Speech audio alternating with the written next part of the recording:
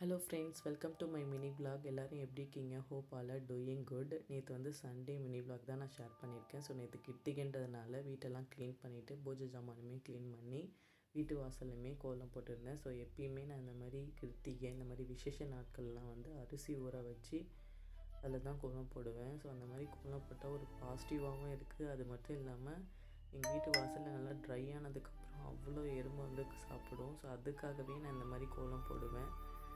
கோலம்லாம் போட்டு முடிச்சுட்டு நானும் என் ஹஸ்பண்டும் வந்து முருகர் கோயில் தான் போயிருந்தோம். ஸோ இது எங்கள் ஊரில் இருக்கிற ஒரு முருகர் கோயில். ஸோ அங்கே போய் சாமியுமே கும்பிட்டுட்டு வரும்போது வெஜிடபிளுமே வாங்கிட்டு வந்து வீட்டுக்கு வந்து குக் பண்ணி அப்புறமா தான் நெய்வேத்தியம் பண்ணி நான் சாப்பிட்ருந்தேன். ஸோ இந்த வாட்டி வந்து எல்லாமே நாட்டு காய்கறி யூஸ் பண்ணி தான் குக் பண்ணியிருந்தேன். ஸோ கருணக்கிழங்கு வறுவல், கொத்தவரங்காய் பொரியல், மாங்காய், முருங்கைக்காய், கத்திரிக்காய், அவரைக்காய் போட்ட சாம்பார், அப்பளம்.